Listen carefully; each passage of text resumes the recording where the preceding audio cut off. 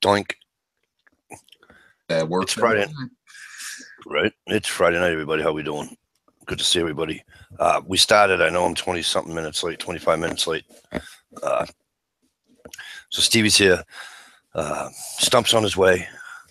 And I'm trying to get Rush Creek Survival / ASIM in here. Better known as Luke. So we'll see what happens. So let me do a quick rundown. And we'll go from there. And I believe I can go all the way to the top. And I don't even need to because I know who was first. Guess who was first tonight? Back on her game. Oh, wow. It won't even let me, Steve. Can you go to the top? I know it was Sandy, and then Stevie B was here. Here we go. I'm at the top. So Sandy's Passions. You have a beautiful, ever present on Friday night. Sandy's Passions. How are you, sweetheart? Stevie B, ever present, ever cool dude. Stevie B. Is here with us. Ronnie Brown, always. What's going on? An informed state of mind. I'm going to tell you a cute little story about an informed state of mind as soon as I get done doing this. Welcome, my friend. I hope you're able to come on with us. That'll be so cool. If you're able to, I'll tell it live. County Logan. How you doing, my friend? Good to see you. Shell. What's going on?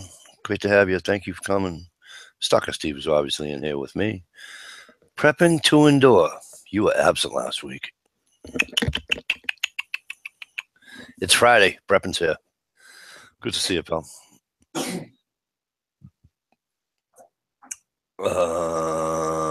Stumpette stopped in to let me know that Stump will be here soon. They're on their way home. Thank you, Stumpette, again. Very cool. Great to see you. Hopefully you'll listen in like you normally do to me and Stump make fun of each other. VBorg 001, as usual. How are you, my friend? We're in Rush Creek Survival. Made an appearance tonight in the chat. What am I missing? VBorg. I did get a PM by somebody that I missed them, so I felt guilty. So now I can't miss anybody. Now I'm just going to be like, freaking out. HRM's Weapons Machinist. What's going on, my friend? Great to see you. J. Artisan 69. Can we see the spider code? Yeah, as soon as I get out of my car and get it. MI Timberwookie's in the house. How are you, my friend? Great to see you. Hope all is well. All right, so I think that's it. So,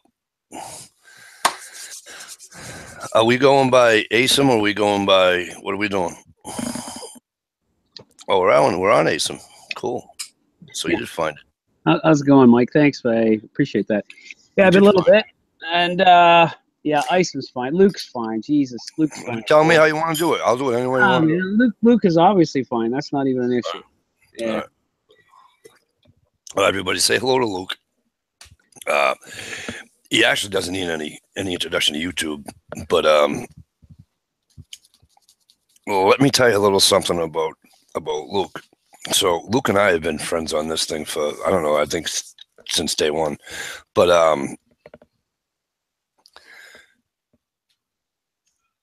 Luke helped me start doing these chats. Literally, Mike clicked this button, Mike clicked that button, Mike clicked this button, and I wrote it all down.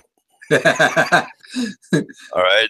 And I used that thing about 10 times so I wouldn't screw anything up. And so Luke's the one that's responsible for teaching me how to do the chats and all that. So, yeah, I didn't know how to set it up. And it was just one night, and I think it was after a chat. I think we were shooting the shit. And him and what's her name wasn't available that night though, right?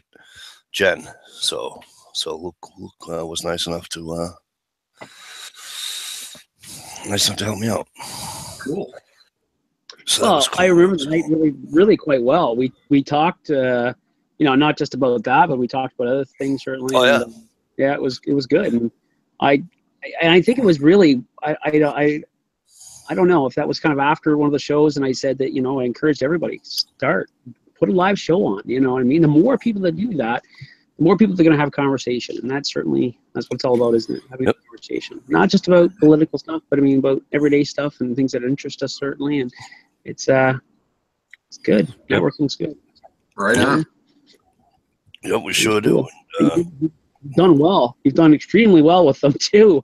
You know, I love it. And right, great connections, great friends have been, you know, as a result, phenomenal. Yep. Yeah, they are, and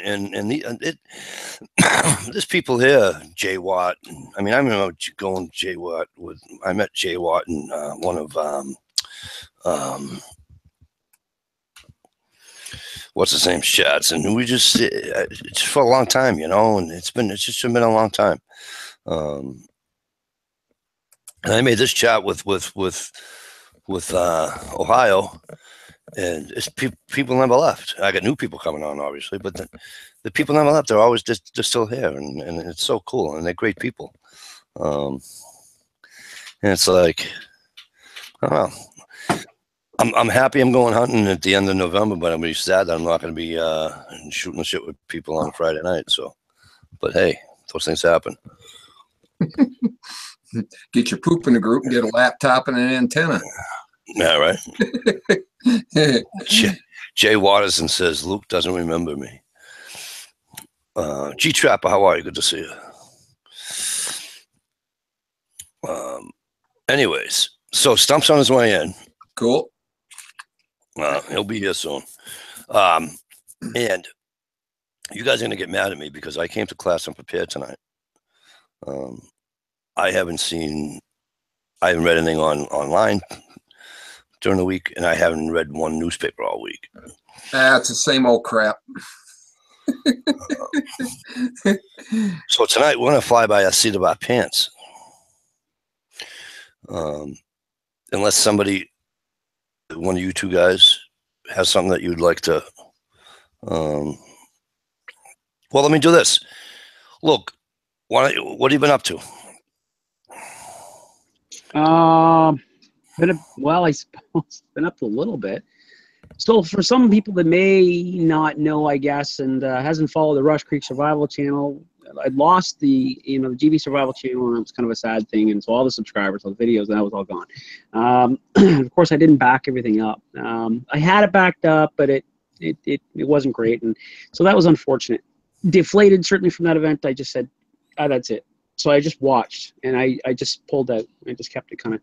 And then we did a transition. We moved from the East Coast back to, Central Ontario kind of thing, and back to my home province, and so that was kind of neat. And it's just kind of trying to get back into the fold of things here, and so that's taken some time, and kind of reconsider where I'm going to go professionally and job wise. And so I'm out of emergency services period at this point. I've pulled out, and I'm waiting. There's a couple of things I'm waiting for, particularly, so I think I will go back, but.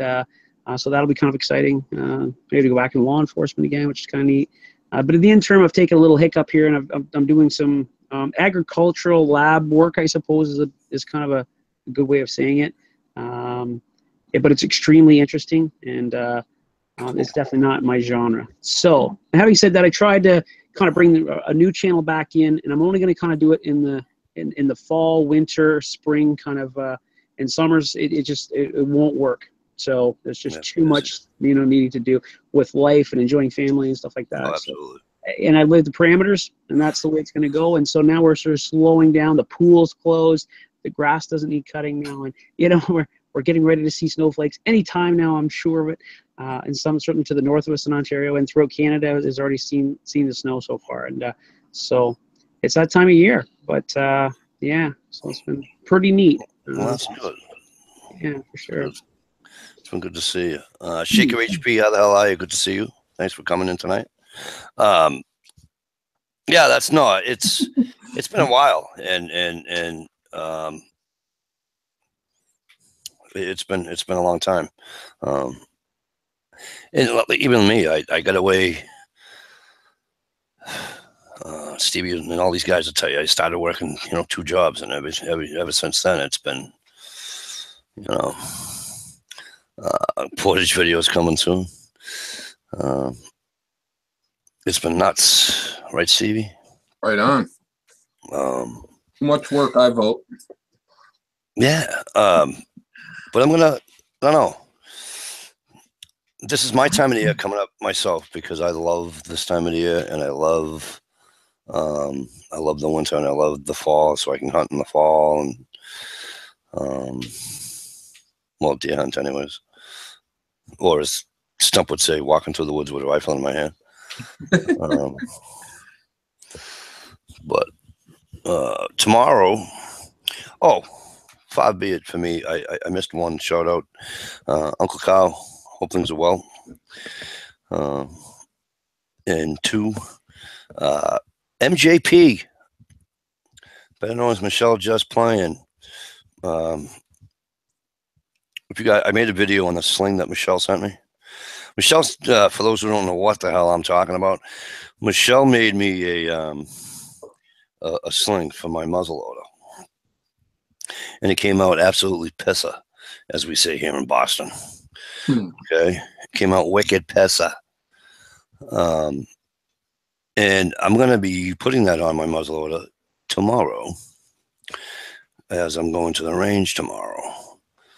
So, those straps are nice and soft and flexible. Yeah. And it's just wide enough. It's not like the one in my shotgun. It's like, to me, I think it's too wide. Yeah.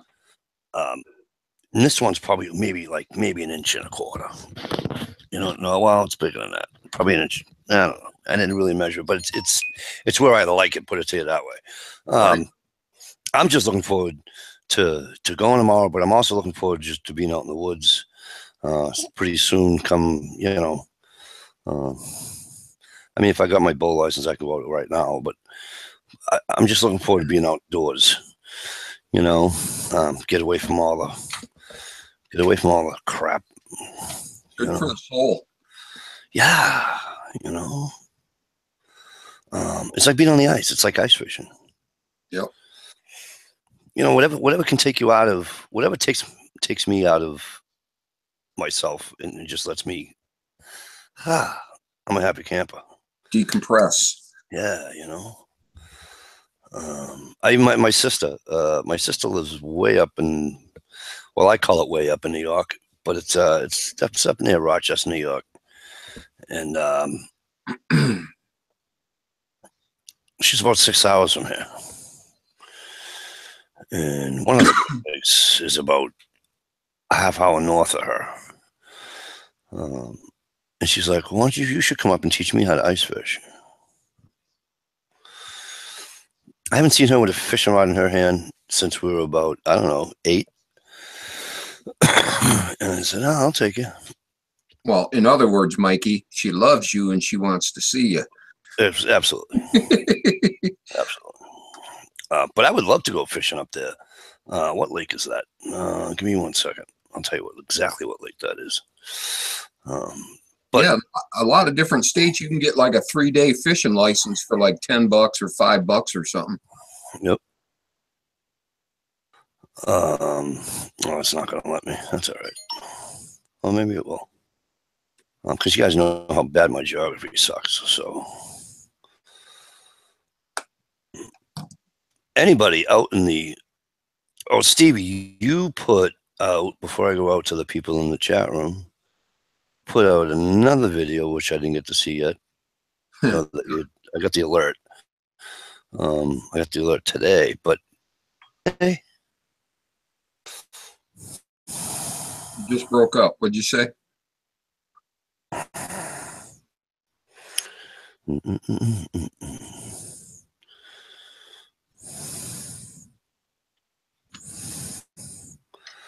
Okay. You know why I broke up? Because I use my maps. Every time I open up a map, the thing breaks up. Oh, got you. Ronnie Brown, how are you? Good evening to you too. She's up on Lake Ontario is a half hour from her, north. So that'd be exciting to fish on on like Ontario. Anyways, Steven, you put out a video, I believe. Was it today or yesterday that I got the alert? About an hour and a half ago, I think. Was it? No. Was it that one or the other one? Because I saw the other one, right? Oh, that was last week, yeah. That was a cool one.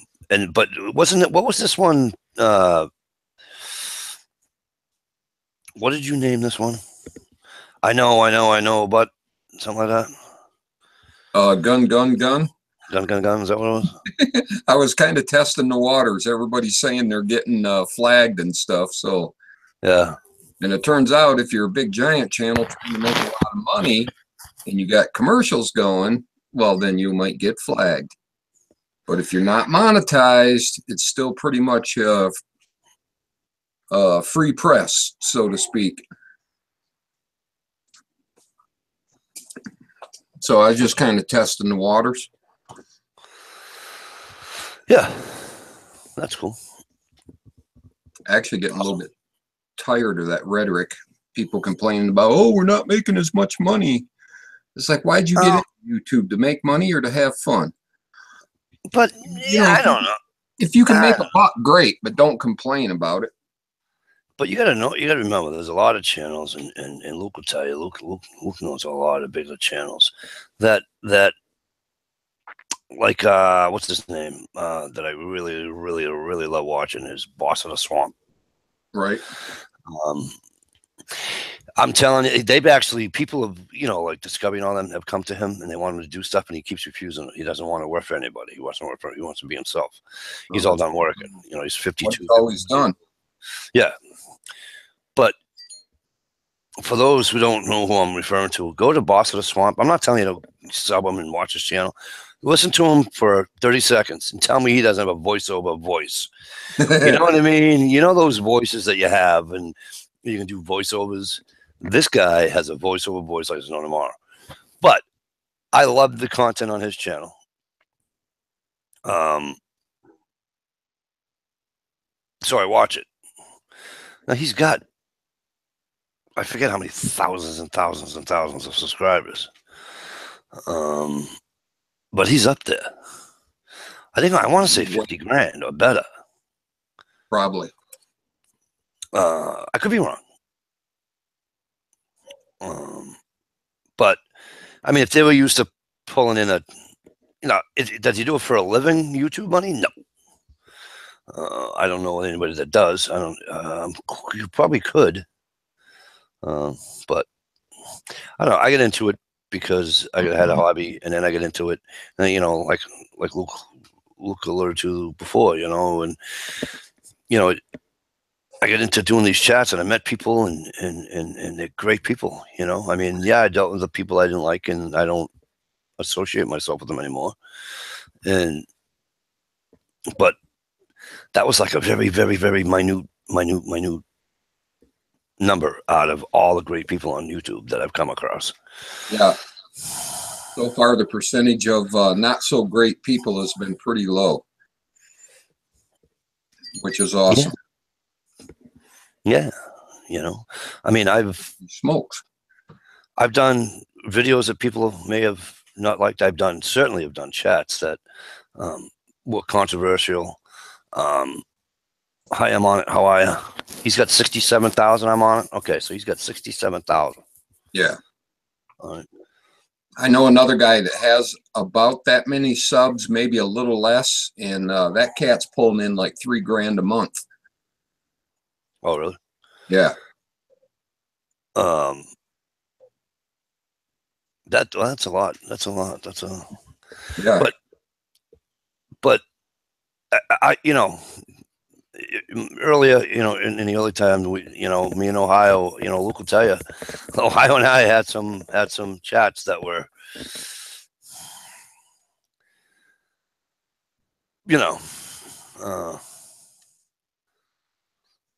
how do I say this the right way?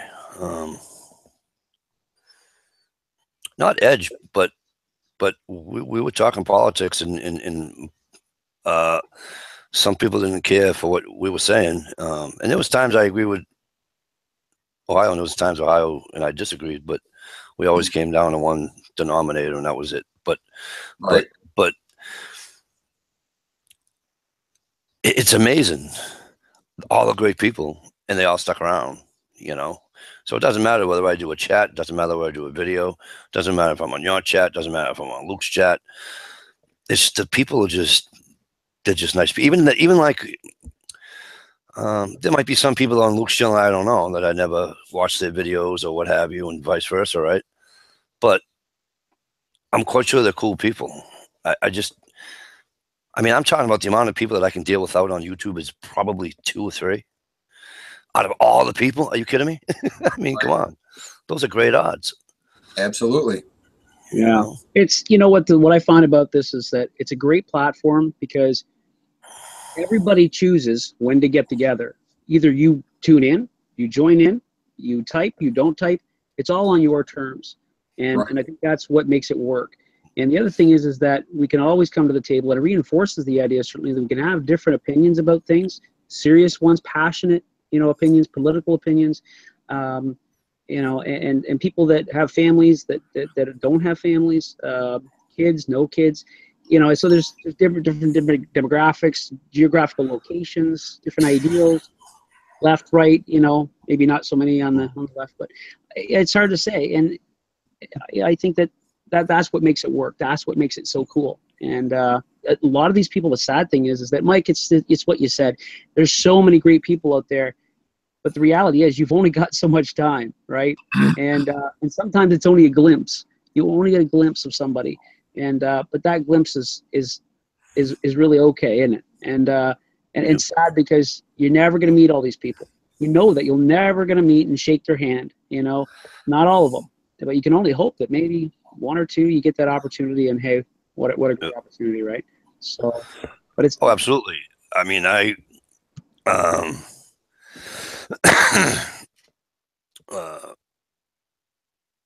I'm up hunting one year up in Maine, a couple years back, and I was on my way home. I actually left early Friday because it was when my stepfather passed away, and I left hunting camp early.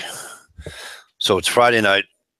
I'm coming through just about at Portland, Maine, and I called Wyndham Woodcraft, and I said, hey, how about that cup of coffee? He said, that sounds like a great idea. Where are you? And I told him what exit I was at. He goes, oh, pff. He says, get off at 47, take a right, take a right. And he says, I'll be there at the same time. And he sure he was. Boom. Right? So we were going to have like a 5-minute, 10-minute cup of coffee because it was late too. It was like 9 o'clock at night, And anywho, that cup of coffee turned into about, I want to say 2.5, 3 hours. And it was great. It was great. And you guys all know that I got hooked up with Working Class Woodsman and Sarge Farrier. But look, you're right. It's as much as I want to, that's why I want to hit the lotto. You know what I mean? Because that's what it's going to take for me to go and visit each one. But there's a lot of great people on here, and you're right. You can't meet them all. But like you just said, when you can, and well, you get to kind of get to know them because of the videos that we share and so on and so forth. Absolutely. Absolutely. It's like I said, it's an opportunity to share, and that's pretty cool. And the other cool thing is that when we do get political or it gets passionate, what I find is that it allows you to, and I've said this before, allows you to be able to kind of concrete some ideals that you might have on a certain subject, or say, you have an opinion and I have an opinion and it differs drastically, let's say, and of course, by the time the end of the conversation goes on, a few other people have chimed in on it and offered some information. You go, wow, that's okay, that's compelling. And so you start to maybe change your mind a little bit. And like I said, the value in that is, I'm not sure how to put a value on that. It's up there though. It's valuable. Yeah. For sure. No, it is. Me too, HRM, right? HRM said, he said, I don't want a meet and greet. I thought you'd said I wanted to meet and greet, but That's right. You don't have to though. That's the cool thing. Right. That's the cool thing. You can never ever come on a live chat. You could just type, and some people are comfortable with that. And oh man, or not even type. We have, and I always say it, and I'm going to say it anyways because I always say it. And I call them silent watchers or silent listeners, right? Yeah. They got the laptop on the earbud in, whatever, and they're milling about doing their thing, and they got the Quagmire in their ear, which is pretty cool. Which is awesome, and because if people don't know, right?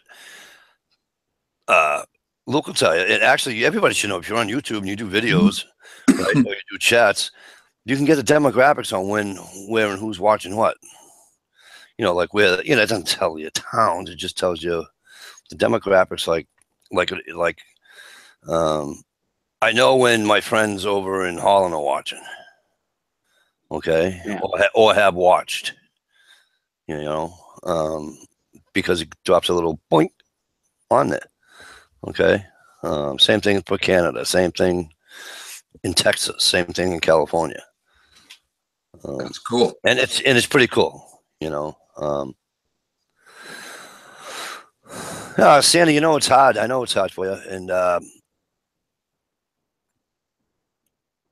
that'll be okay.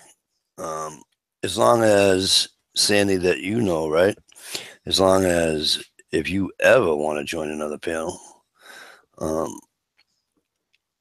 you just need to put in a little box there, Mikey, hit me up. And we'll get, you know, that'll happen. I watch a few vlog channels where people just kind of put up a daily vlog or what they're doing or weekly. And there's actually a few people just driving around meeting people from YouTube. Really? Yeah, it's crazy. They're just driving all over the U.S. from town to town. Anybody who wants to meet, you know, they don't just show up at the door. Then it'd be called a stalker. Right, Stalker Steve. But yeah, that's kind of a thing now. So, and some of them got GoFundMe page or Patreon or whatever to help pay for gas, and off they go. And my Timber Wookie says, the less I chat, the less trouble I get myself into. Right. Yeah, I've gotten myself into, Luke will tell you. I put myself in the hot water on a few chats. It wasn't even mine. It happens. But like, you know, like Luke said, you know, you can be passionate about whether it's politics. It don't really matter what it is. Politics, sport, it doesn't really matter. And if something gets heated, put it to you this way, that I know of, unfortunately, there's only one person that I got passionate, that I had a passionate conversation with that doesn't come around anymore and took me off, unsubscribed from my channel, and it's a shame, but that happens. I don't hold any, what do you call it, towards anybody, you know. I just, yeah, I don't have time for that. We're not in third grade. No animosities. I've had the same thing happen, Mike, and you've probably seen some of them on ISOM, I suppose. Oh, I know. It's been, you know, some stuff's happened here and there from a few other people that have been on panels and over the years, and some things have gotten better, and some things have just drifted apart and stayed apart, and I don't feel there's any major animosity there neither. It's just, it is what it is. It's sad, you know, but sometimes that's how to solve the problem, right? Yep. So, yeah. Gear Gride 19 joins us again tonight. Mr. Gear Griden, sir, how the hell you been? Hope things are well. I know your hours changed, Gear. That kind of sucks for you. Anywho, Brother Stump. Stumper made it. Stumper made it. Of course I made it. Say hello to Luke. You're not. Oh, are you in the thing yet? What thing? I don't know if he can. I don't know if he's on the. Oh, you are here. Okay. Where the hell do you think my voice was coming from, brother? You think I got damn ESP or some shit? Telepathy? What the fuck? Hello, Don? Is that you? We were having such a nice kumbaya conversation until you showed up. Hey, you're more than welcome to go back to holding hands with your Yankee buddies. It'll be all right. I can hang out over here and do my own thing. You know I love you to death, but I can be the asshole if you want me to be. Okay. You know how I am on Fridays. Right. Okay, I thought your hours changed as in you were working different nights and what have you. Anywho, what are you up to? How was your week? What are you doing? Long week in the trucks, and that's. Well, I mean, we're working on a bulldozer right now, but I imagine that'll pretty much bore the piss out of all y'all to hear what it takes to strip the tracks off a dozer and place torsion axles in it. I can imagine. You didn't bring that brand new dozer already, did you? You know what they? Oh, fuck yeah. You know what I hate? You know what I hate? Do you guys have come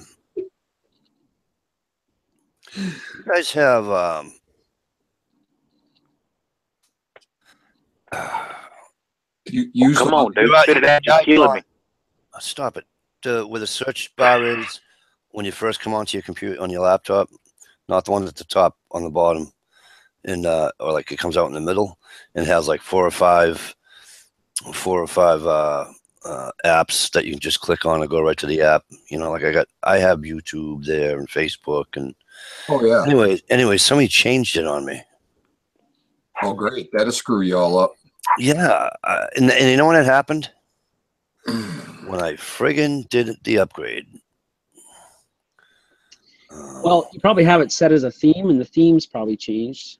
Yeah, probably. I'll have to go back into my. I think that's what it is. It's a Google platform. Certainly, it's a Google theme platform. So. I hate that. Yeah, taskbar. That's it, Ronnie. Well, because I think that Google theme page, you could change that to like the Canadians or something like that on the background, or not Canadians, Boston, I guess would be for you. But, what's up, Dad? Hey, buddy. Stump Sheila says hey. And hello, young lady. Somebody else said something. I'm trying to find it. Okay, I thought you were living in Paul's there for a minute. I didn't know what was going on. Hold on. Hey, I was wondering if I died instantly or something. The world just stopped. I mean, what? Damn it! I can't find it now. Well, to whoever it was, it is a pleasure to say hello to you as well. And maybe you could type in there one more time and say, hey, Steve, it's me, dumbass, or something like that. Yeah. And, correct me if I'm wrong here, Mikey. That is Luke, right? I mean, the channel name is not what I remember. Yeah, he's under Asim, and then he has Rush Creek, too.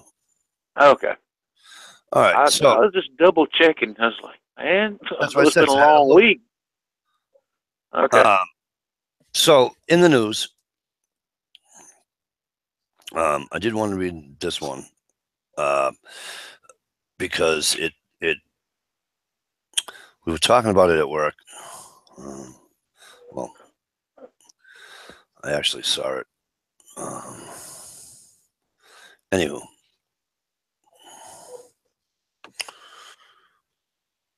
So North Korea decides it's gonna do another test, and the Chinese are telling them basically. Here's my problem.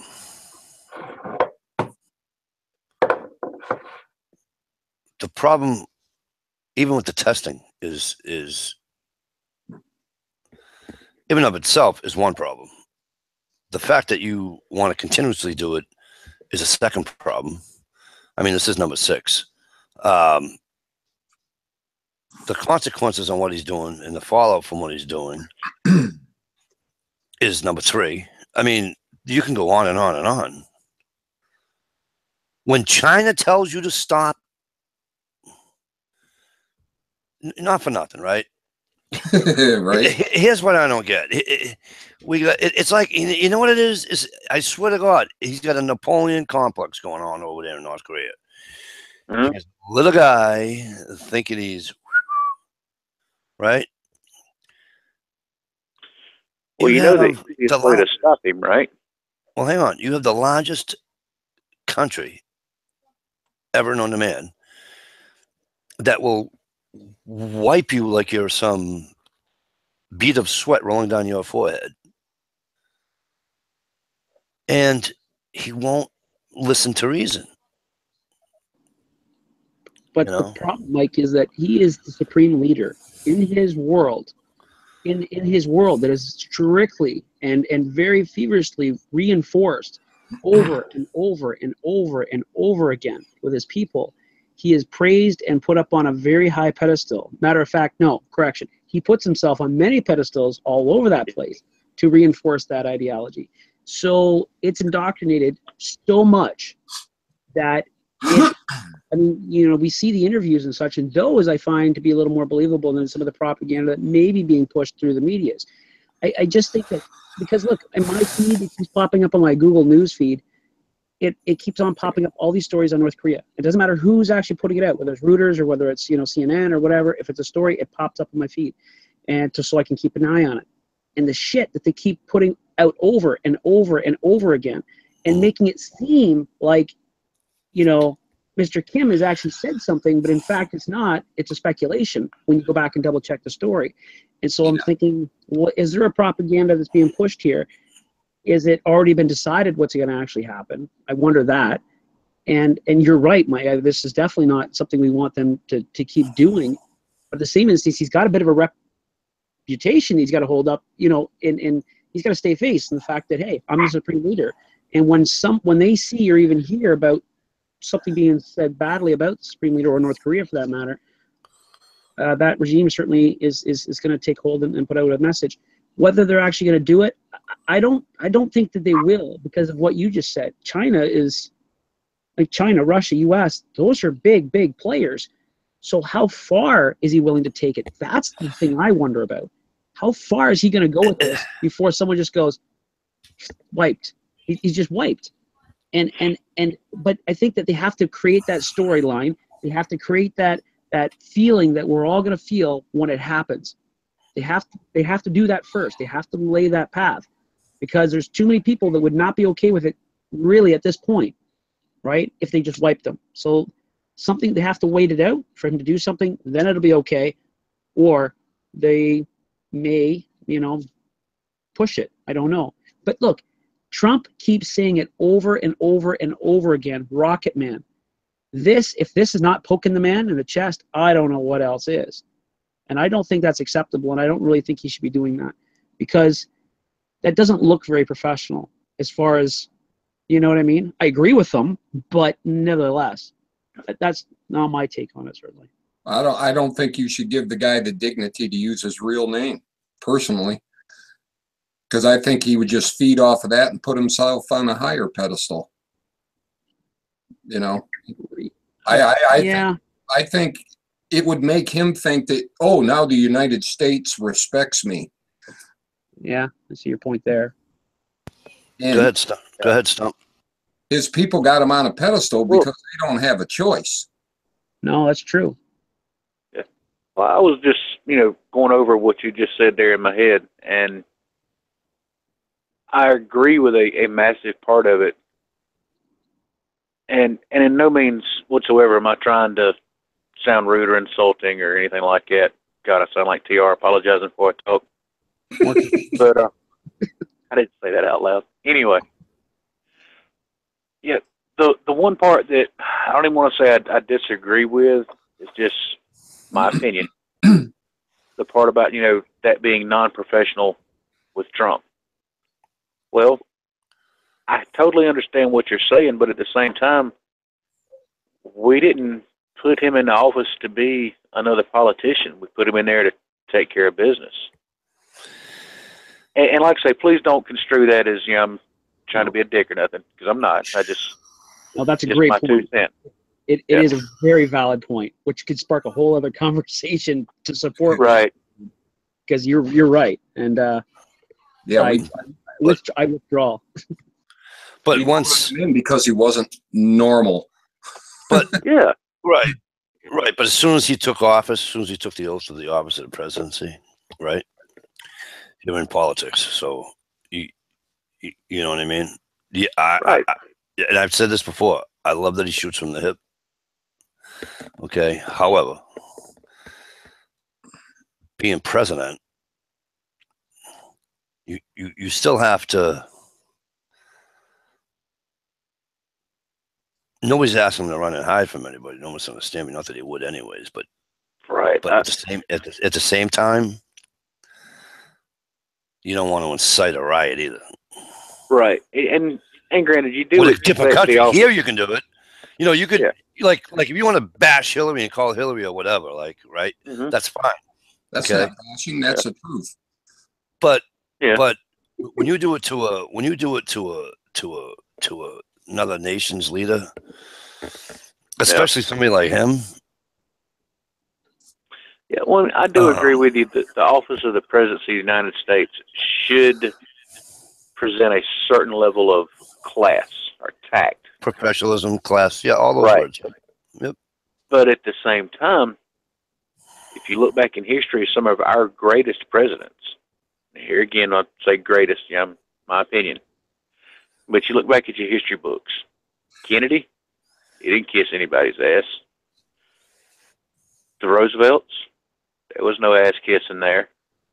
And what did these guys do for the country? They pulled it out of the depths of the bullshit it was in and made it a decent place again just for the next guy to fuck it up. Right. You know, a president for this country has to have that certain balance of good guy and willing to be that asshole. You know? Well, and I tell you, I agree with Luke on one thing too. Well, I agree with him on what he said, but the Right. one thing that sticks out to me the most, he can do all his tests. Well, he shouldn't, but he's gonna, because of what, you know, like Lou said. Okay, but here's the thing, and he can be, he can be on the pedestals, and he can be all that. You're gonna lower your voice though. Right. Apparently, she didn't know my microphone was on.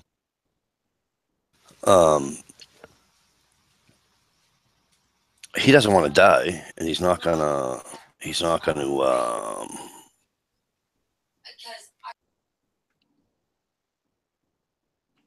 Give me a minute, guys. All right. Yeah. Well, just to touch on what Mike was saying there, me personally, I actually have some curiosities as to the mental stability of this guy. Yeah, he's brainwashed all these people into thinking that he is, a quarter inch from being God, Buddha, and any other religious entity that's out there. Yeah. In his mind, being assassinated or whatever is not the worst case scenario. For him, losing that clout that he's enforced is the true horror story for him. So, I mean, if he backs down, he looks like a coward, which goes right back to what we were saying just a minute ago, But This even guy's- worse, but even I worse just- than that, Stump, is that not just a coward, but he looks not like a god anymore. And Right. the rumor is that the man doesn't shit. That's one of the rumors over there. You know what I mean? Right. So,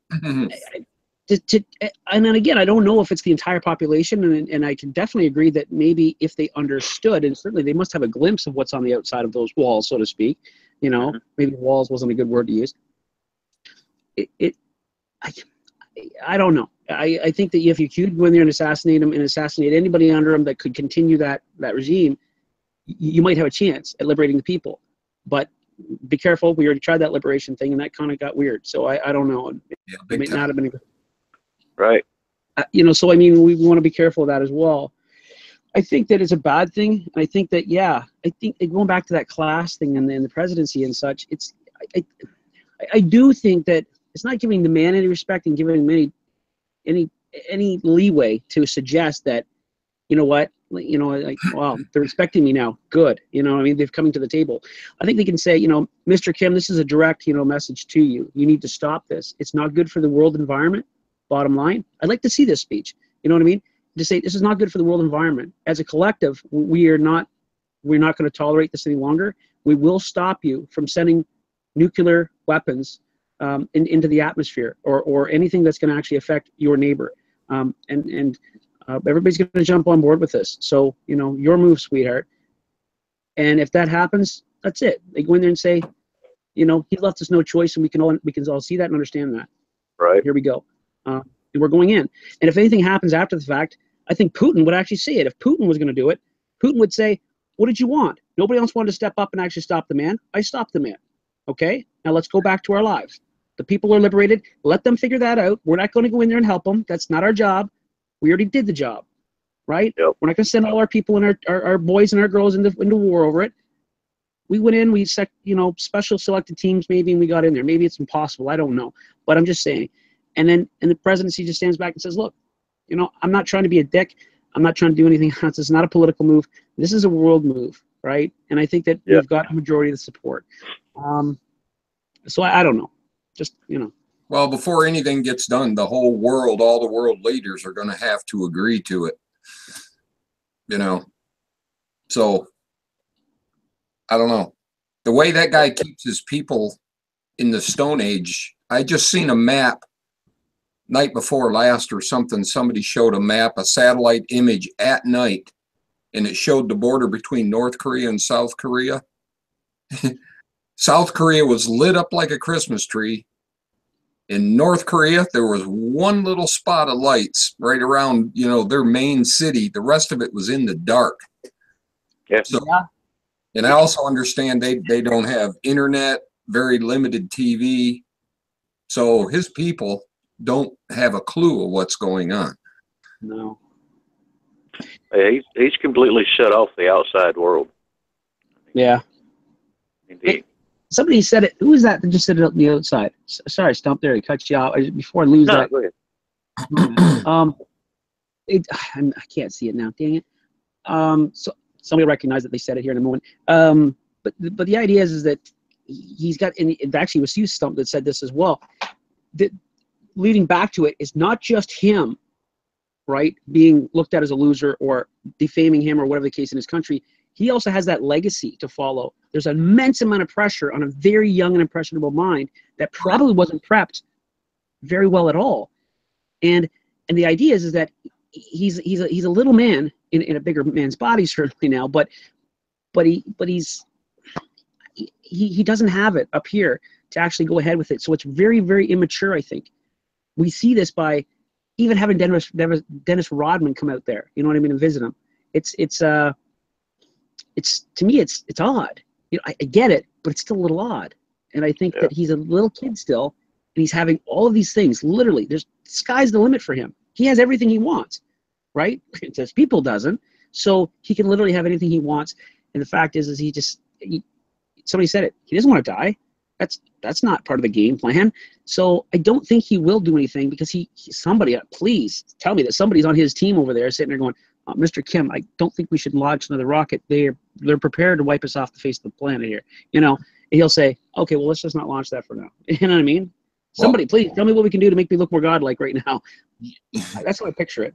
Usually what happens in that situations and that type of government is bang. Next. Yep. Anybody else got an opinion? Unfortunately. The only people that ever listened to their underlings was Japan when they were talking about invading the United States. A very wise man said, I wouldn't do that. And the leaders actually...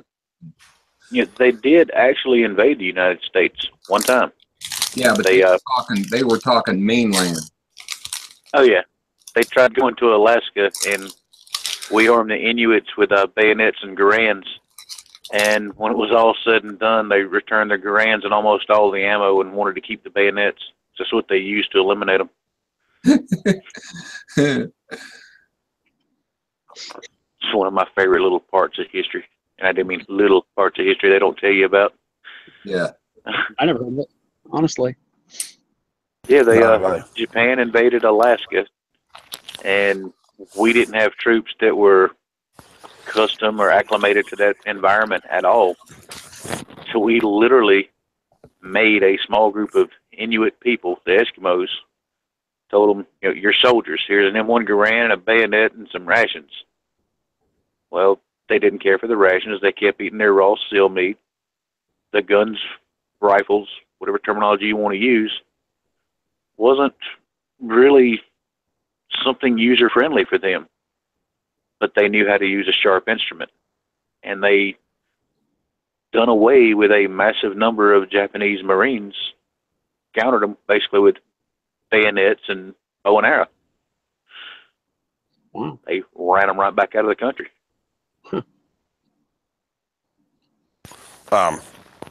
Welcome. I'm sorry about that little hiatus I just took. That's all good, brother. In the voiceovers. Speaking of voiceovers, right? First off, politically incorrect. Welcome. Always a pleasure to see you. You wrote, just think we didn't fight in Europe during World War II. There wouldn't ever have been a communist country. Did I miss something? And he also wrote down here, I think we have no choice. Deal with it now and 1 million die, or deal with it later when he can hit the United States with 1,000 other nukes. Okay, so what I was saying before I had to leave, I don't think he wants to die, and I don't think he wants his nation, because people in that power, because he needs that, right? He needs that self what do you call it? What's the word I'm looking for? He wants to be on that pedestal. He's nothing he doesn't want to come off of it. So why would he start World War III? Well, the only reason I could see him starting it is being afraid of losing face. Okay, but he knows being a martyr for his country, for his people, so to speak. But Sorry, he's not a stupid man. Okay, he knows it's annihilation if he does it. It's annihilation. He has zero chance of surviving that. How? Sorry, go ahead. He's got zero chance of surviving it. You got Russia, China, and the United States, and everybody around him that when they were first doing it, look at all the countries that told him, that asked him, why are you doing this? Why are you doing this? Why are you doing this? Right? And then we're siding with the United States. So let me say it this way. If it's me, if I have one of the largest countries in the world asking me, stop doing something, and because I'm who I am, and I gotta, act like I'm not act like, because he is like a god over there, right?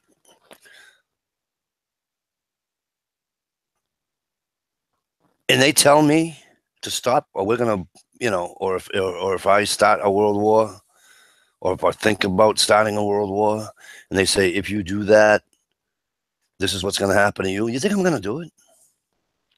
He's got zero chance of winning. But see, the thing here, you have the luxury, the leg up, the knowledge, the life experience. This dude, like we were talking about just a minute ago, is still a very young person. He didn't come up having to earn anything. He literally has whatever he wants at his fingertips at all times, just about. He doesn't have the same mental fortitude that you do, or Steve, or Luke, or anyone else. His mind does not work the same as the rest of us. He doesn't have the life experience, the common knowledge of what respect is, because the way he grew up, everything was we're stupid rich. You want to friggin' 80-carat diamond. Well, poof, here's one. Go throw it in the backyard with the rest of them. Right. He doesn't possess that mental faculty of understanding this is the real world he's playing in. My opinion. But he has to know. He's running a country. I don't care if he's 20. He's running a country. Okay. He has to know. I mean, he loves being empowered, right? And the people behind him makes him more, assured of himself and all that bullshit, right? Yeah. People like that. They don't like, if they lose, what do they lose? They lose their power, right? They lose he doesn't want that. You know what I'm saying? Yeah. A lot of legal activity that sponsors a lot of their income. And again, only from what I read and what I've understood, I don't really know, but allegedly that's the case.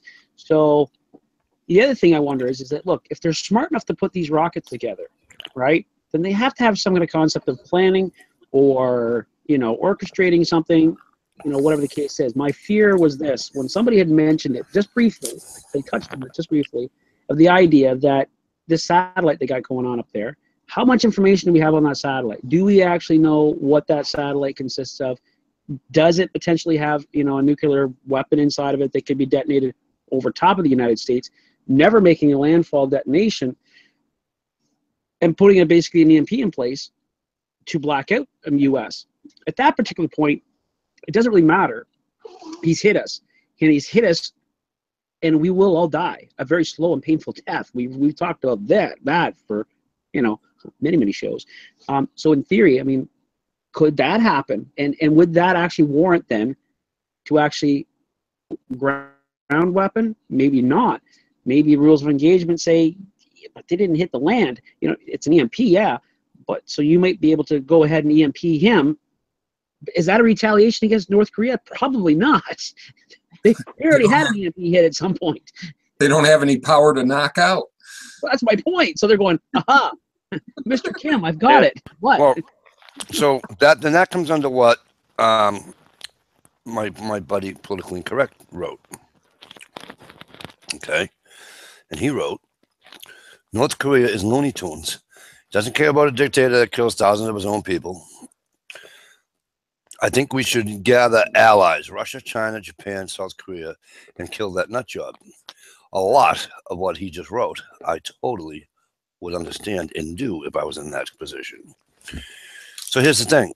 If he's got that capability, like Luke was just saying, okay, of it not hitting the ground and all that, then why not? And you know what? We've got the perfect nut job in office right now to do it. Think about that.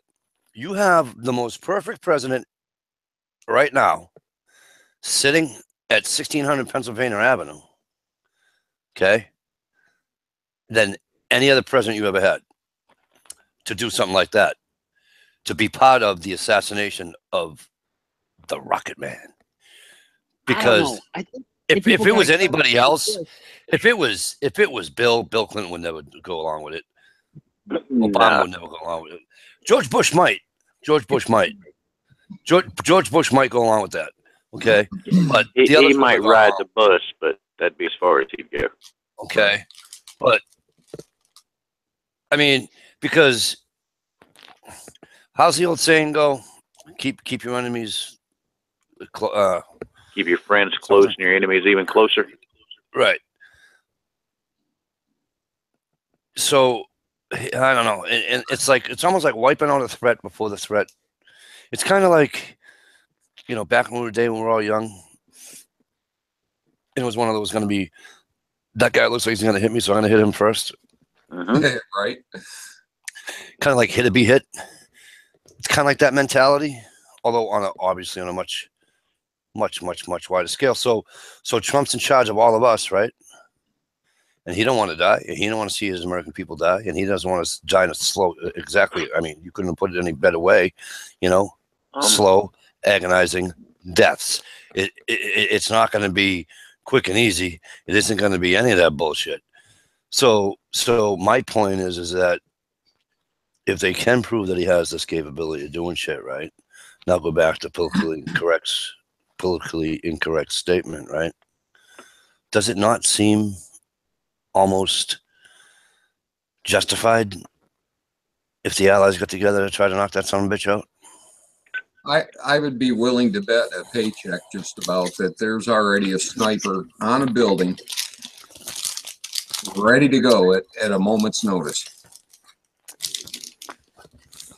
I don't know. That's a pretty paranoid freaking country, man. It's been that way for a very, very long time.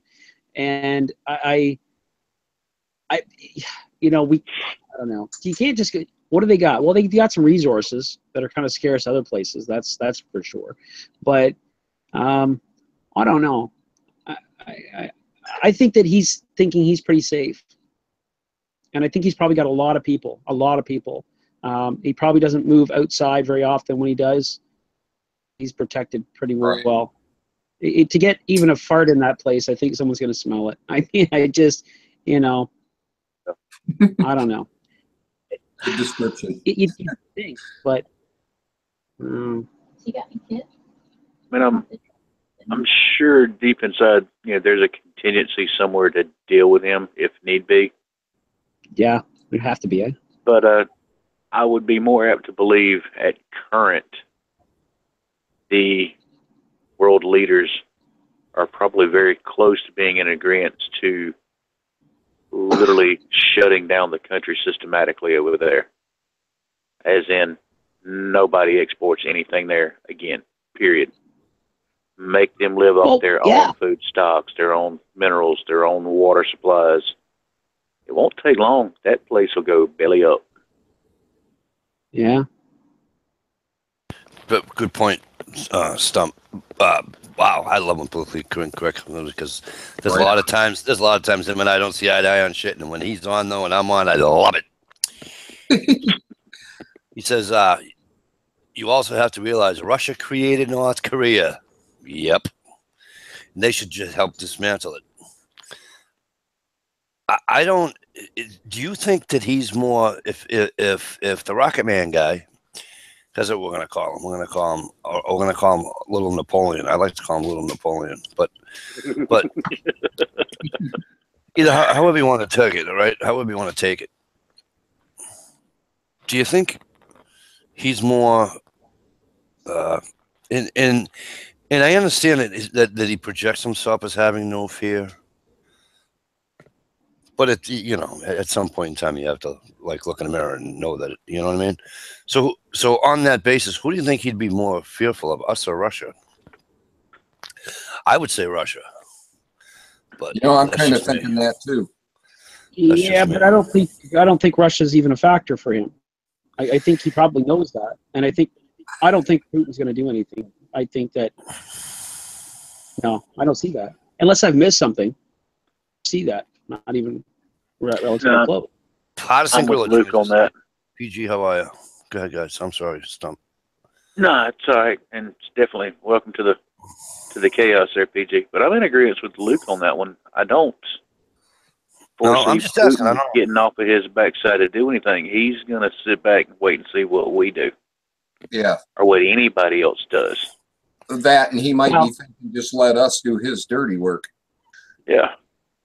It's easier to sit in the aftermath and shake your finger at another country. You know what I mean? Right. Yeah. And how much illegal activity might be Russia might be actually doing business with North Korea too that we don't know about. Intelligence might know about it, but they might not be releasing that. Right. We'll never hear about it. We don't know what they don't release. We only have what media outlets, what people can make up, what people can hypothesize, and what we can come up with, certainly. You know what I mean? We could say, well, that makes sense. But if somebody gave us one piece of information, just one piece that was slipped out, you would go, oh, well, that changes everything. You know how that is. So this is the thing that pisses me off about our media. It happens on Facebook all the time. My wife will say, look at this. This is crazy. The cops are warning everybody about this credit card thing. I'm going, hang on a second. Before we get too carried away, let's let's fact check this. We fact check it, find out this is fake, and there's Right. countless threads on it. And you go, how many people don't do that though? And they believe it. It influences their lives or whatever. It's frustrating. I don't know what to believe. Can anybody tell me what's a good provider for news? Who can I say? Who can I trust? We can't trust CNN. We can't trust Fox. Who is it? I To just me, had an incident with that this week. I was watching videos, and of course, I'm on, checking all the stuff with the NFL and all that stuff. And somebody put in big headlines, made a video, and it's one of those computer animated voice news, make it sound newsy. right? Yeah, Number 11 for the Cardinals, Larry. Fitzgerald. Yeah, made it sound like he walked up behind a serviceman holding a flag on the field and knocked his hat off. They even had a freeze frame of him leaning behind him with his hand on his hat. I kept researching, and every video had it sound like that. And then finally I got the real story. The serviceman's hat blew off. And Larry went out and put it back on. Put it back on his head. And Yeah, you know who got that right? You know who got that right? The NFL Network. Dun, dun, dun, dun. Believe it or not. Yes, I heard that story. And NFL Network actually had a piece on that. He was helping the man. But that's what happens though, right? With social media, right? Because the shit didn't happen in the 80s, in the 90s. It didn't happen. They had me all wound up. We had to listen to what they said on the news, and we have to read the newspapers. Okay, there was no. But what isn't the media, right? And I don't care if you want to do the news or the newspaper itself, because I call them. To me, they're all media, right? Isn't it agenda-driven from the get-go? Why? Because they're all individual entities. Businesses, entities, Exactly. Okay. So Fox wants their money, ABC wants theirs, NBC wants theirs, CNN wants theirs, this one wants his, what's his name on YouTube wants his. They all want their own money. They all have an agenda. So they're all, because this isn't juicy enough, you have to do this, you have to. So by the time it is, you don't, like Luke was just saying, you don't know, is it the truth or not? Are they stretching it? Are they splitting hairs? Are they, and you don't know. I don't. Yeah. And they don't dare contradict each other, because then that would basically start a fucking holy war that would defame them all, and that would be catastrophic. Which the only reason I like watching Fox News is because they shit on the other shows. They do though. They do, and they shit on the other shows. I'm like, yes, Yeah, here's my thing, and this is a fine line, and I get it. We look at our Constitution, we talk about free speech, and so the media, that's where they fall under. My problem is that if you don't have that option for the media to run as it runs, what's the alternative? Government-run news. Then that's certainly a possibly worst one, and of course an open door to, Russia. So it's. And I think to myself, okay, so how do we fix that? Can we say free speech is free speech and it's totally warranted and is protected by the Constitution until it's not free speech anymore, it's a business plan. And that's a problem, and that won't fly. Because you can't depend on the morals, but then as soon as you say that, and you say, but now you're stifling free speech and we coincidentally make money off of that, you can't do that, because then you're stopping us from having an enterprise or pursuing money or gainful employment or whatever. And I'm thinking, not if you're actually hurting it, not if you're not getting it right. So that checks everything. There's a commission. It actually checks all the newscasters. And if they do it, they get a fine to maybe stop that from happening. I don't know. Something. You got to change something. We can't just let this keep going this way, because it's just progressively getting worse, and they're getting better at it. Well, they're Well, the- so good at it. They can say just enough to make your mind lead you down the garden path, but they're actually not telling you a lie. Right. Yeah. Good point. Really That's how they did it with that video. They never once said he accosted the guy or he slapped his hat off. They wouldn't tell you the whole story. But you could tell they were shifting words and made it sound as bad as they could without actually saying it. Yeah. And in reality, they presented you with factual information about the situation, Yep. but they only presented the parts that would make you go watch that or go find and pay to read that article or stuff like that, which is where here again, in my opinion, a large part of what's wrong with the media, why we have this problem that we do, is because it's money driven. Well, If you take the money aspect out of it or regulate it, everybody gets the same numerical dollar amount. Each, Fox, CNN, whoever, whatever, and so on. Well, at that point, nobody's vying to get more money, trying to, twist a story a certain way to get it, better ratings.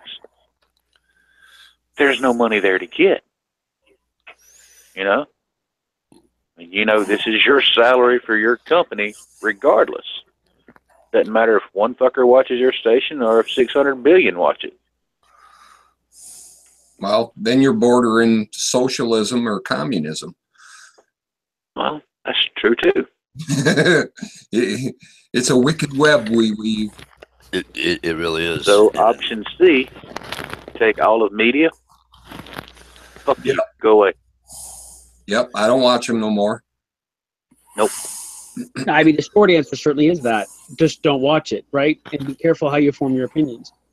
But again, I've been watching alternative news channels on, on the internet and on YouTube, but I have the option of looking at the same story from 5 or 6 different views and then coming up with my own opinion.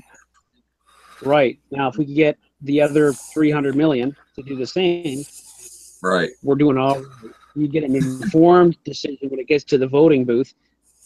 Change. Again, TR had said it on his chat the other night. He said, and he got a little passionate about it, certainly, and and it was brief, and then he apologized for being passionate. And I said, look at him being a Canadian. God love him. Anyway, so he was saying sorry so much. I think, geez, he moved north of the border. Anyway, and TR, if you're watching, I'm just kidding. But that'd be fun. American that whooped my ass and saying it, I think. But I think that he did suggest that I'm doing everything I can. What more can I do? I try to think about who I'm voting for. I follow it. I pay attention to it. I'm doing all the right things. I protest. I'll sign a petition if I think this is actually a good move or whatever. So what can I do different? What can you do different? But I said to myself, well, maybe it's that the donkey stubbing their toe on the same rock twice. It just doesn't seem to happen for the donkey, but we keep doing it. And so what is it that we keep doing over and over and over and over again? And people say it's very important to vote. Remember the show I did on Isom, right? It's all about, is voting make a difference? Well, I wonder, and I guess we'll really truly never know whether or not something's happening behind the scenes. Maybe, maybe not. Some will say, well, this presidency obviously tells you that it's not the case and that CNN really can't pull the people together and push them a different direction because Trump still won and CNN definitely wasn't on Trump's side. Opinionated motherfuckers I've ever seen in my life. Pardon my French, ladies and gentlemen. And that's it. So what do we do different? Well, maybe we shouldn't vote these left and right back in or Democrats or Republicans. Maybe that's the problem. We have this thing that we call our government and we say, that's not the thing because this isn't working. We keep giving the power to one or the other and they just keep going further in debt. Well, it's like, well, it's not their fault. It's a pendulum that's just going to keep swinging back and forth and you ain't stopping it. That sucker's going. So right. There is no solution there except to reset. Somebody will argue that's the point. Or some will say, no, we can, but it needs to have the right person. And that right person is going to try to convince you that they are the right person. But I always say they only got one pot. That's it. And unfortunately, it's very lopsided on how they actually get the money and stuff to be able to put it back out and stay afloat. The Federal Reserve is a really good example. That system is literally sucking the life out of your country slowly but surely, and nobody is stopping it. Nobody. And you had a chance with Ron Paul. I think that man probably would have did something. I think Ron Paul would have did it, just from what I got. Maybe there's some haters, maybe there's some lovers. I don't know, but I don't know. Well, maybe not. I think right now the U.S. isn't totally ready to go independent. That's why a lot of people voted for Trump, because his own Republicans didn't particularly like him, and he damn sure wasn't a Democrat. He was as close to a neutral party as we had without being, for less, I can't come up with better words, but a lot of the independents that we had running were absolute Looney Tunes. This is true. Let me read real quick what Partisan Cooler wrote. PG says the media is sponsored and controlled by the Pentagon. Our tax dollars used against us. This is not enough profit in the media advertisement to keep them open otherwise. Some of the stories, I would agree with that. Oh, yeah. Good night, V-Borg. Thanks for coming. Always a pleasure. Right on. Good night. Didn't even know he was here. Oh, yeah. V-Borg was here. But that's right. We don't know. We don't know who owns who. Definitively, they can hide that shit, man. Oh, man. Even just in a small scale, people have numbered companies. And you got to do a lot of digging before you find out actually who owns the company. And then you don't even know if that's actually who's backing it financially. It's just a player whose name's on it. And so you go, okay, but who's really behind it? Example, for instance. I mean, who actually owns Google? Who's got the most share in Google? Maybe someone actually bought out Google or took it over that we really wouldn't want to see take it over, on everything, theories, I suppose. And whether or not the conspiracy theory comes to be a conspiracy, I guess, is when you actually give definitive proof. None of us are really ever going to get any of that. Right. Take the JFK files. What's going on there? So, well, I think by voting in Trump, we stopped a lot more crap that was coming down getting rammed down our throat than I think he interrupted something bigger than any of us know. Let me ask you this. Does he at some point in time in the next 3 years? Yeah. But does he at some point in time, I don't mean give in as in, put hands up, give in, but does he roll over? No, not even that. Does he stop playing the game, the political game? Does he stop playing that game? Or does he still just walk his own beaten path and say, fuck it, I'm doing it Trump's way? I hope he sticks to his guns. Yeah, I definitely believe he will. I don't know. Here's a question. How many of y'all think that there's something, an entity, something, a book, I don't know, something that basically when a president comes in, they have all these great ideas. As soon as they get in, they get the first 30 days, someone's giving them all the information. Here's the switch of the guard. Here's all the new information. Here's what you need to know. Here's the stuff that you're never going to get to know. And it's like, but I don't get to see that book? No, the book exists, but you're not going to get to see what's in it. Okay, next. And you're like, well, what about that book? It's like, you know what? Plausible deniability, sure. It's better for you. Okay, can you explain that, though? Well, yes, there's some things that basically that are beyond really the United States' control, and certainly not under your control. It's just not even an option. You're the president of the United States, but you are not this person. Well, who is this person? Doesn't matter who this person is. It's this person, and you're not them. Okay? There's some things that you're going to want to change, but you can't. But I think we should work towards it. There's no working towards it, sir. Okay? And this is why. And then he reads it and goes, oh, okay, I get it. And maybe it's something bigger than any of us can even fathom. I'm just saying. I'm not trying to go completely conspiracy, but what if that's the case? And so a lot of things get stifled because of that. And that gets shoved in front of every single president. And they go gray pretty damn quick. I know it's the job, but what if there is something? And he says, it's a little bit bigger than all of us, sir. And he goes, holy shit. I didn't know. So I mean, it's very possible. We don't know. And I mean, I went back to even said that about 9/11. There could have been things about 9/11 that, you know what, all that needed to happen because there was something way bigger than any of us would even fathom to understand. And maybe the 300,000 Americans certainly, and 30 million Canadians and 300 million, Americans plus, North America as a whole would absolutely have fallen hard, within 3 to 5 years if 9/11 hadn't happened. Maybe. And somebody can't say to me that's impossible, that's not even fathomable. I don't know if I agree with that. It could be. We don't get to know everything. We just don't. And there's a reason for that. And it might be a really valid reason. It might be. Well, have you seen the first movie, Men in Black? Yes, of course. There's a line in that movie about telling the people about the outer space stuff, and his answer back to it, the people couldn't handle knowing that we could disappear at any minute. Right. Which kind of falls into that, and part of me believe that, for lack of better words, conspiracy theory. Yeah. Well, it's almost like technology, right? Technology is scary to people, right? So they don't bombard us with the truth. No. Like when it comes to technology, they don't bombard us with like the shit they know right now. We're not gonna see come out on the market for another 3 years, 4 or 5. They want to do everything slow, everything. Like he was just saying about the movie, but it's true though, because you can't handle it. They can't flood us with all technology.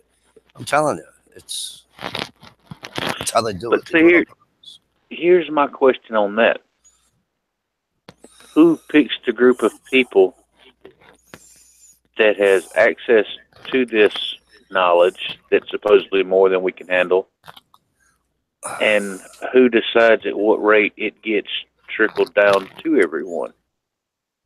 I'm quite sure that it's a mixture of people. It's not just one person. It's a bunch.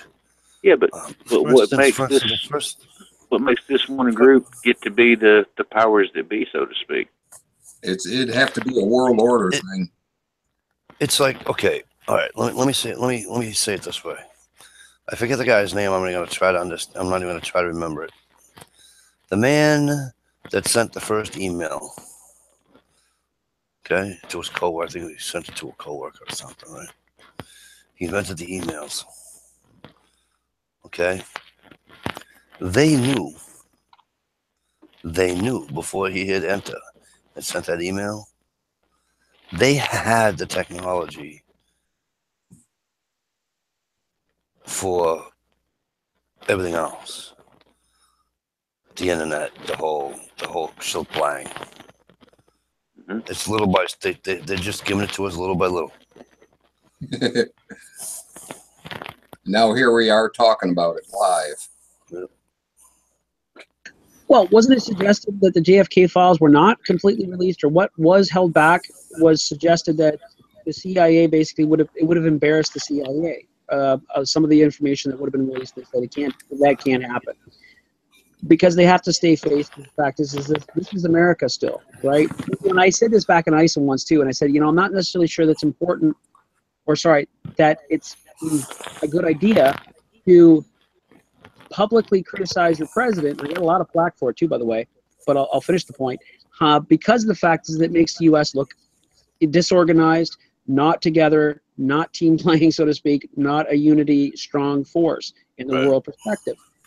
And so some said, well, I understand, but you need to be able to do that to be able to have democracy or a republic, certainly. And I go, well, I get it, but and then I can see where maybe that could get twisted. If you didn't publicly do that, maybe you'd end up having a North Korea, you know what I mean, or Russia,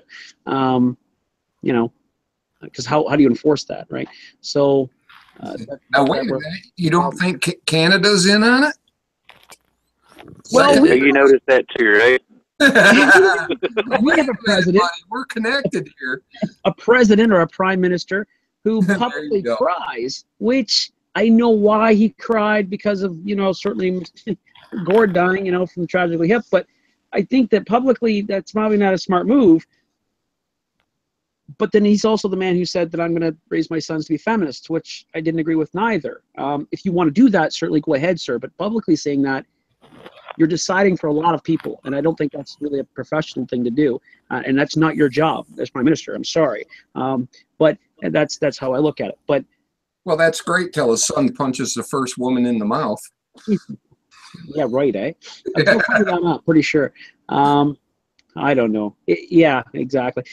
It's we all have our problems. There's no doubt about that. Something said earlier though that I want to get back to real fast, and I don't want to change the subject all the hell, but he'd mentioned this, and I thought this was really interesting. North Korea basically forcing them to just kind of live within themselves. There's no trade outside of it. I firmly believe that we all need to get back to that, utilizing the resources in our own country, bring our militaries back to our borders, extended borders out on that ocean line. You see a light line all the way around our countries. It's about 200 nautical miles. That's the invisible line for our countries. Right. You park our ships out there. You bring everybody home. You can stop and manage, not stop, manage your immigration policies to ensure everything's running fine, and you protect things at home. You only trade for things you absolutely need to do. And then you know what? We kick out the Federal Reserve. We take possession back of our governments, and I think life would go on. Some would say that will never work, and maybe it won't. But maybe we should slowly get back to doing that, and then maybe we wouldn't have some of the problems we have. I don't know. I'm in agreement with you on that one. That's what needs to happen. It really and truly does. Matt, hearing me say that. And firmly, I believe that will maybe not so much fix everything, but it'll damn sure make it better. Right. You here again, I have the luxury of being brought up in a very southern environment, obviously. And, that's the way we learn down here. You take care of home. You tend to your business. Don't worry about everybody else's shit. You take care of you and your family. You let everybody else do their thing. But if these folks over here, them doing their thing, interferes with you doing your thing, you have a little chat about it. That don't work. Somebody shoots the other one. Game's over. There's no need in all this, us getting this material from this country and that country, when we could get off our ass and use what we've already got here. That probably didn't come out to make a whole lot of sense. Sorry. No, but somebody either said it or I read it.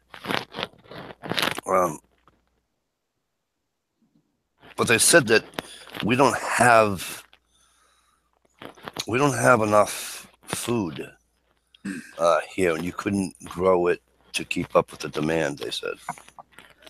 Yeah, now, yes. I disagree with that when it was said. We destroy surplus every season. To keep every day, man. To keep the prices up. And all the stuff we give away. Right. See, now I thought we could, but that... Oh, dude, up here in Canada, right where I live, for instance, they grow so much vegetables that, honestly, I don't even know why they grow the vegetables here. It doesn't look like they harvest any of it. It's in the field, and then they put it all in, and it goes to pig feed or cattle feed or something like that. I mean, it's ridiculous what little goes to the markets here, the local markets, and we're still seeing stuff. No offense, gentlemen, but we're still seeing stuff from your country. I'm going, why? There's no reason for that. Aeroponics, hydroponics, shit, man, you can grow so much with that method in such a small space. It's incredible, and there is absolutely the means. It was already just said. It's gonna you're giving it away for free because you damn well can. You know what I mean? In the grocery store, literally quarter. I mean, for a fruit or a vegetable, because it doesn't cost much to really bring it to that market. It just doesn't. Not the local, but when you're trucking it from U.S. up in here, we're paying you guys pennies for strawberries, and we're selling it for $4 up here Canadian container of them, but it's U.S. strawberries. We have a very short season for our own local stuff, and then after that, that's it. Now, why is that? I have no idea. We could do this stuff indoors if we wanted to. I mean, and it's definitely supply all of our grocery stores, no problem. So I this don't is know. trade. They may do it just to keep the trade going. It only, we've said it before, it's the corporations. These are the people that are at the top. They're buying out everything, slowly monopolizing on it. They do it in the oil industry. Up in Alberta, Canada, for instance, when those gas prices went right through the oil was like, what was it, a couple bucks a barrel, for God's sakes? I mean, not literally, but the bottom dropped out. And what ended up happening? Well, all these little companies started laying off people. They shut their doors. Big companies came in and said, we're going to give you basically 10 cents on the dollar for basically to buy your corporation up from underneath you before you go bankrupt. And they go, okay. It was monopoly. And was it orchestrated? Was it manipulated? Most likely. And at the end of the day, what did it end up being? It was a monopolization. All these little oil companies, they all opened back up. Jobs started slowly pulling back in again. It's just now under a different owner, a bigger owner. It's a holding company. It's not even a freaking corporation. It's just a holding company out of New York or Florida, Baton Rouge, for instance. These are the names and the places that I'm thinking about. Stump, G Mangle says, hey. What's up, Brother G? He also said, bite him, something to that effect. Hey, to what he was just saying, though, the oil industry, those of us that, are in the trucking industry, we see that big time. And this is one I've never understood. When oil prices go down, okay, the refineries taking in crude during the distillation, I guess, is the proper refinement of the crude oil into different grades of fuel. One of the very first things that comes off of crude oil is diesel fuel. Now, when the economy is kind of in the can, right? People aren't spending a lot of money and stuff. Fuel prices for trucks, diesel fuel, goes through the roof. It's the easiest damn thing there is to produce from crude is diesel fuel. That should be the cheapest fuel on the planet. But when everything's going good, fuel prices go up still. These trucks, granted, I don't drive a normal truck. My truck's kind of a monster. But I don't think a lot of people realize, you see these tractor trailers going up and down the road, most of them get on average from 4 to 7 miles to a gallon of fuel. That is a massive amount of money when you think about all the trucks you see on the road. Right. If you would adjust the fuel prices to, again, it's the easiest thing to produce. It should be the cheapest. You would see the cost of everything go way down. If we pay less for fuel, you pay less for groceries, you pay less for tires, you pay less for clothes. Because a large part of what you're paying for is a truck to deliver it to whatever store it's at. Yep. You get diesel fuel prices in check with the amount of effort that's involved to produce it, the price of everything goes down. Yeah. I'm not trying to sound important being a truck driver, but you think about it. Everything in your life that you touch every day, unless you grew it in your own backyard, and even then the seeds probably came in on a truck. Everything travels by truck. Everything. Yep. They used to do it by rail because it was cheaper. Yeah. Frankly, it is still cheaper. Talking about the green aspect of things. However, it's a massive industry, and to say the least, and you just said it, there's a massive amount of fuel that's being used. So you think about it, it is still way cheaper to do it by rail. And there's still going to be a need for transport. They have to take it from the rail yards, the depot yards, and actually deliver it certainly to the stores. So there's always going to be that need. But Yeah, like you said, that's and to just to correct you, good sir, truck drivers are very important. Farmers feed cities, and truck drivers make sure it gets to the cities. So Yeah. it's a big deal. Well, the only problem with that, though, if you drop all the prices, billionaires would become millionaires, and they don't like that. Well, I mean, they even jack the price of oil. So the oil sands up in Canada, it cost a shit ton of money to extract that, but they raised our oil prices so they could be more competitive instead of finding a better way to extract that oil from the sand, which is, huh? Yep. But it supports an industry. That was a whole huge new industry up there. Put a lot of people to work. Yeah, a lot of folks don't know this one. The truck manufacturers have actually been working for a couple of decades now on producing what they call super efficient trucks. These are trucks that can go up and down the interstates with the same 80 to 84,000 pound gross weight and get upwards of 60 miles to a gallon of fuel because they're hybrid trucks. They run off electric, just like the big pit mining trucks and all. Wow. They, somewhere in the government, powers that be again here, refuse to allow these things to be manufactured. You can buy them for off-road mining use, but to actually have one that's scaled to fit on the road, deliver goods, nope, they won't let you build it. No shit. Well, Elon Musk, isn't he the one that's got the autonomous freaking and electric freaking transport truck? Yeah.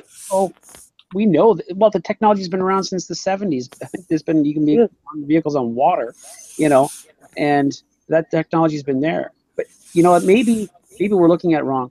Maybe where the problem actually originated, and it totally originated, was when lobbyists start basically being in the government and started lobbying. I think when they could that was actually the turning point, as far as I was concerned. Well, the Federal Reserve was probably a turning point, but I don't know. I'd say that's it. Lobbyists. That's probably what screwed us all corporate-wise. We allowed that and shouldn't have. Not at all. Maybe that's what needs to be fixed. Maybe that's where we start. We get lobbyism out of it, and these billion-dollar freaking elections. Get those out of there too. It's not a matter of who's got the most money. It's a matter of actually who's the right candidate to do the job. Right. They can actually organize it. It has the organizational structure behind them, certainly him or her, certainly, and move forward with that. There's got to be a simple fix. It's just, maybe we all know the simple fix. It's just that it's just no way that it's going to come to fruition because you'll never get everybody on the same page. And to further that talk, look at the division. I mean, look at the division in just the last 20 years. It's easy because we have so many people coming in from so many different countries now. 1 out of 5 Canadians are now a legitimate classification of an immigrant. They have come here. You know what I mean? 1 in 5 Canadians. That fact just came out. And that's fine and all dandy. But the division in our ideologies, our religions, cultures, everything. How the hell are we going to come together on a political point? I don't, and more divisions being thrown up. Your president, you know what I mean? There's division there. Then you've got a feminist movement that's man, that is such a huge shift right now. That is a massive shift. It's taking front seat, the hashtag Me Too. This is really changing a lot, there's some good coming of it. I say careful. Let's make sure that we're taking this movement and doing the right thing with it, because I could see it getting kind of warped too. I don't know. Please tell me a bunch of them immigrants came from Hollywood. No. They weren't U.S. immigrants. Because they all threatened to leave. Can we put a bunch of them in a box and mail them up there to you, man, please? Yeah, sure. No problem. No problem. Yeah. Bring your money with them. Yeah. We accept U.S. dollars, unlike you guys that don't You go down there and you try to hand them a Canadian dollar bill, and they'll go, "What's that?" You know, Well, that's because we can't count. it's a toonie, and they go, "We can't take that." Oh. Well, gentlemen, I hate to be so quick about all this, but I have a massive amount of stuff to do tomorrow, and it really sucks that I've got to leave because the Quagmire tonight is one that is, I think, will truly be one that's worth paying attention to. Right on. But gentlemen, it's always a pleasure. Luke, it was an outstanding honor to get to hang out with you for a little while, man. Oh, Stump Mike. No, the honor was mine. Absolutely. And sir, you never, ever downplay your occupation ever again, sir. Like I said, it's extremely important. My mom owned a trucking company for 25 years, and I periodically drove for her on holidays and stuff like that. And I watched that develop and everything she went through. She finally lost to the gas war, and as she says, to the immigrants coming in and undercutting her. That's how she feels, and maybe there's truth to it. I'm not sure, but they're an efficient bunch, the ones that have come in and took up trucking. I can assure you of that. So, my hat's off to you, sir, and I do wish you a safe journey every day that you're out there doing it. So, appreciate it, man. For real, y'all be good and take care. Quit breaking shit. Take care, brother. Try to. Peace, brother. So now the question is, our host needs to wake up. So, Mr. Mike, we'll use a power word. Mike DeLucia. Oh, man, we might have lost him. I'll text him, see if he... I get it, though. Tired fella, man. You know, there's a hardworking guy. Goes to his job every day and then starts a good chat. We can all sit in and hang out with friends. And right on. He's obviously relaxed, and that's cool. And new ones. Nice to meet you, Luke. Well, certainly, I've watched you guys have this show quite often. Sometimes I listen to the show when I'm driving, and I've got everybody's live shows. You know, I'm tuning in when I can. Sometimes I don't type because I'm doing something else, like Mike had alluded to before. You know, a lot of kind of silent watchers out there, and that's always kind of neat too, right? So we may never figure out anything in these chats, but and I always say it's just a place to be able to pass around ideas, trying to concrete some ideas that you may have in your head, feel better about what you think, or even change what you think, right? So right on. It allows me to get a load of crap off my mind so I can get a new load of crap in there tomorrow. Right on. Yeah, no, there's no doubt about it. It's one other thing we didn't even talk about, and that is that aspect that, how can you have an accurate opinion on anything or even take the time to search anything when they're throwing stuff at you so freaking fast? Well, yeah. My God, man. A 2-minute information. Bang, bang, bang, bang, bang. Yep. So I don't know. That bald fella kills penguins in Canada. It's true. I kill penguins in Canada. We have to fly them in from the south because that's the only place they exist. And then once we fly them in, we let them loose so they got a sporting chance, and then we go hunt them down. Now, I tell you, the Arctic is a very, very vast place, but I'm up for the challenge every year, and I get skunked most years. Don't forget about the baby seals. Well, yes, of course, the baby seals. Can't forget about the baby seals. Oh, my God. But, if you let the damn people in the East and everywhere else kill the seals, there's absolute millions of seals out there. The numbers of the seals is just astonishing. Not to mention the fact that it is their livelihood. The only thing I will agree with people on, though, is that our climate is changing. The polar bears are genuinely, currently, and have been certainly at risk. Not even at risk, they are dying. And certainly the penguins are safe because they are in the south, ladies and gentlemen. But it's even their numbers. The seals, for instance, they are having some struggles, but they do follow the ice floats, and so they have a better idea, right? So penguin and moose too is the cat's ass.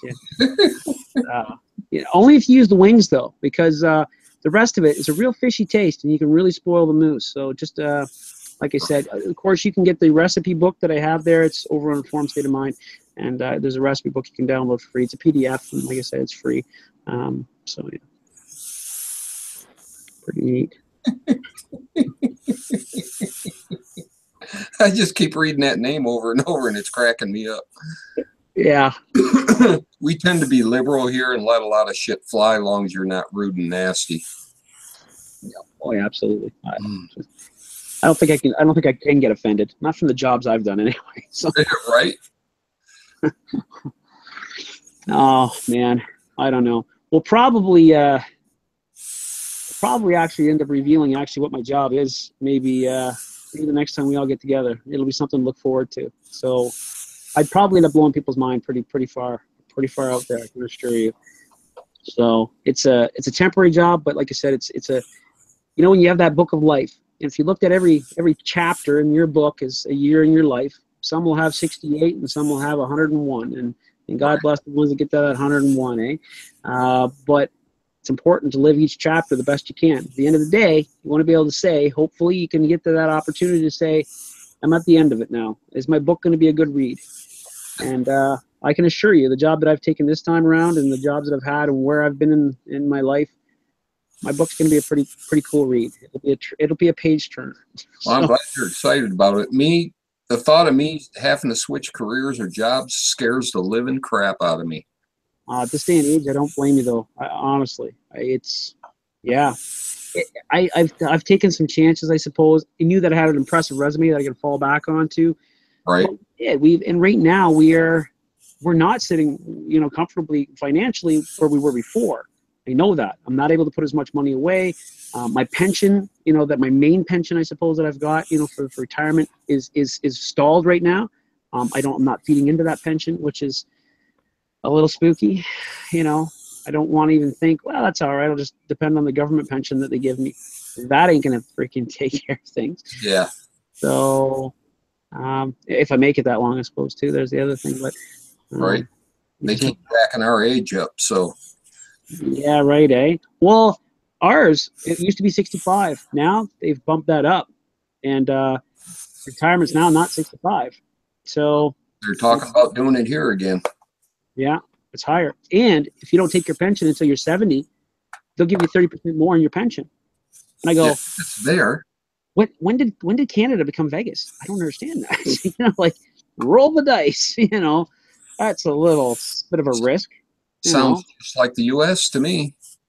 I don't know what it's like for you guys in your coffee shops or your McDonald's or whatever the case is, but the people taking the jobs in those places now are getting older and older and older.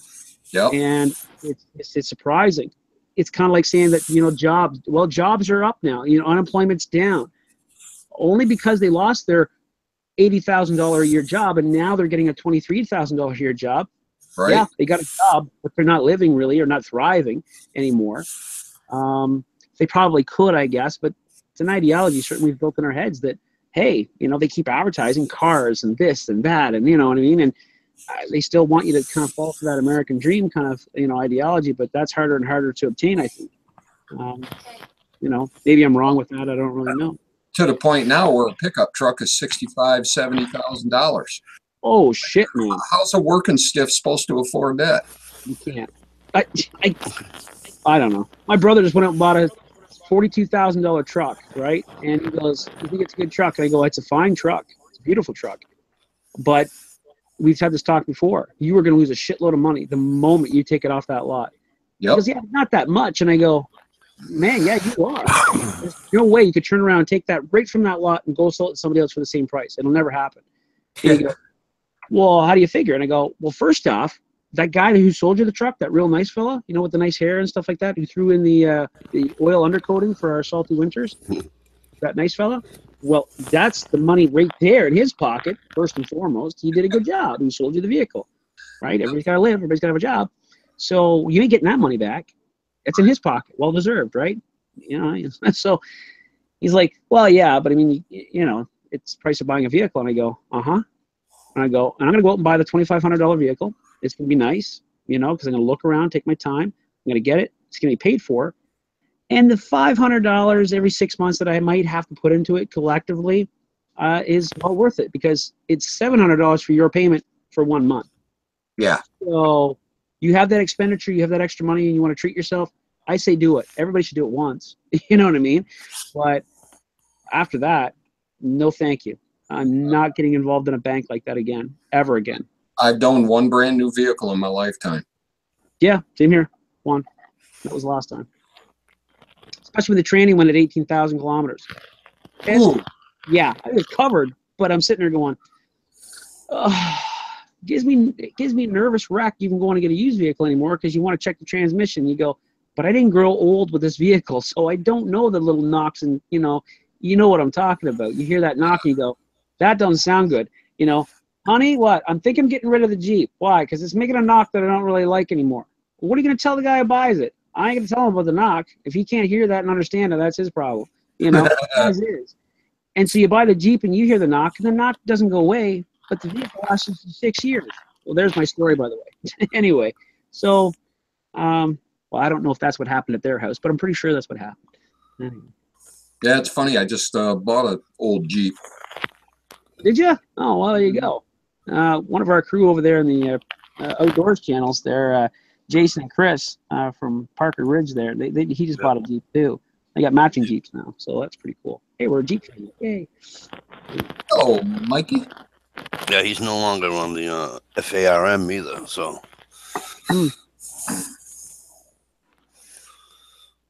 I'm with you, Gig, right? I'm with you. Gig says in a few months we'll be going to have another $1,500 truck. Yeah. No, there's no sense getting. I don't know. To me, there wasn't any sense, but.